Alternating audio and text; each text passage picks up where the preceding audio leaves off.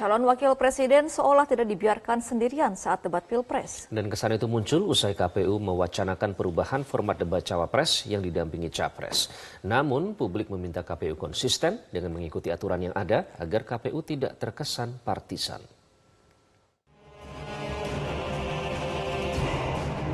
Publik menyoroti kebijakan KPU yang dinilai tidak konsisten dan tidak menunjukkan profesionalitas terkait wacana perubahan format debat calon wakil presiden.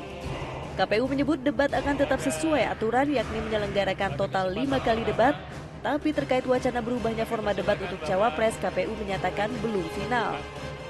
Kalau sesinya adalah sesi debat Capres, ya sebanyak 3 kali tersebut, ya maka Capreslah yang menjadi komunikator utama. Kalau sekiranya itu debatnya itu adalah debat Cawapres, maka Cawapres itulah, ya. Dan saya pikir hal ini belum terjadi, ya, belum terjadi, dan saya berharap kepada pemilih Indonesia dapat jernih menerima informasi berkaitan dengan rencana debat pasangan calon presiden dan wakil presiden. Sekali lagi, dalam waktu dekat KPU akan menerbitkan tata tertib, dan oleh karena itu KPU juga akan mengadakan rapat koordinasi kembali dengan tim kampanye. Di setiap debat pasangan boleh mendampingi masing-masing, tapi bukan berarti pasangan-pasangan ini terlibat dalam debat, tidak demikian. Nah, itulah kenapa dalam waktu dekat KPU akan menerbitkan tata tertib. Ya, sampai hari ini KPU belum menerbitkan kebijakan tertulis. Itu yang perlu kita highlight.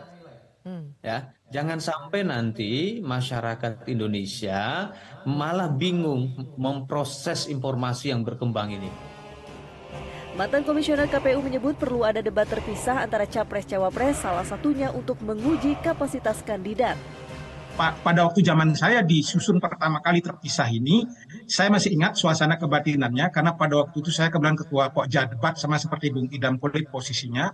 Waktu itu pembahasannya adalah kenapa dipisahkan, agar ada 2 tujuan besar yang kita ingin capai. Pertama, ingin menguji sejauh mana kapabilitas tiap kandidat, baik dia Capres maupun dia Cawapres. Makanya dibuat kemudian menjadi terpisah. Kemudian yang kedua, alasan yang kedua adalah untuk memberitahu publik tentang porsi kompetensi tiap Cawapres. Karena dalam sejarah pasangan calon kita, presiden dan wakil presiden biasanya punya porsi sendiri. Sehingga akan kelihatan bahwa Cawapres ini lebih tajam ke bidang keagamaan, pendidikan, dan seterusnya misalnya porsinya. Gitu. KPU pun diminta konsisten agar tidak menuai spekulasi di publik dan agar KPU tidak terkesan partisan. Nah, hal-hal yang bisa memicu blunder ataupun spekulasi dan kontroversi di ruang publik sebaiknya dihindari. Ikuti saja apa yang sudah menjadi ketentuan dari undang-undang dan peraturan yang sudah dibuat oleh KPU. Kalau debatnya bilang antar Cawapres, ya laksanakan begitu.